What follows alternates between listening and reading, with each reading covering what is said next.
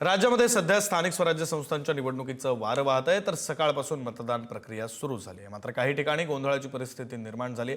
नाशिकमध्ये बोगस मतदार आढळले, तर छत्रपती संभाजीनगरमध्ये जादू टोण्याचा प्रकार घडलेला आहे।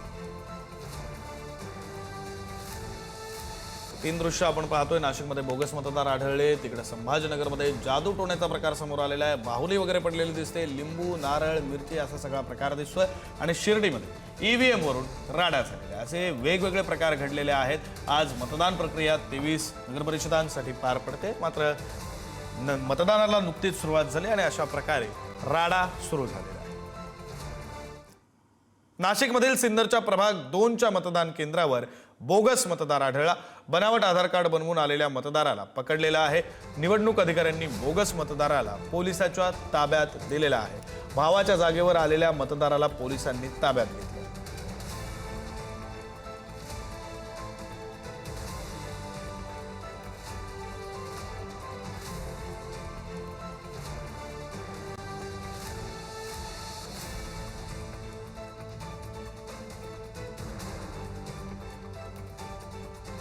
आपले प्रतिनिधी किरण ताजने या संदर्भातले अधिकचे अपडेट्स देत आहेत। किरण, काय नेमका सगळा प्रकार घडलेला आहे?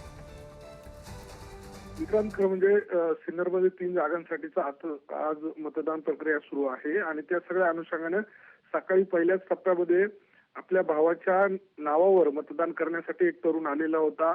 त्याची त्यावेळेला पडताळणी केल्यानंतर निवडणूक अधिकाऱ्यांच्या लक्षात आलं की संबंधित व्यक्ती तो नव्हे आणि त्याच पार्श्वभूमीवर लगेच त्याला तात्काळ पोलिसांच्या ताब्यात देण्यात आलं। बोगस आधार कार्ड बनवून तो त्या ठिकाणी आल्याचं निवडणूक अधिकाऱ्यांच्या लक्षात आलेलं होतं।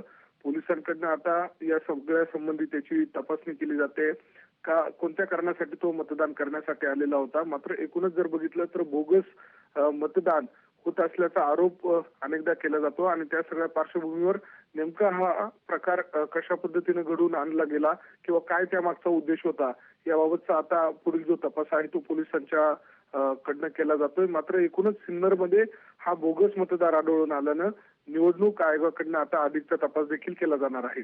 विक्रम, धन्यवाद किरण, दिलेल्या या सगळ्या सविस्तर माहितीसाठी।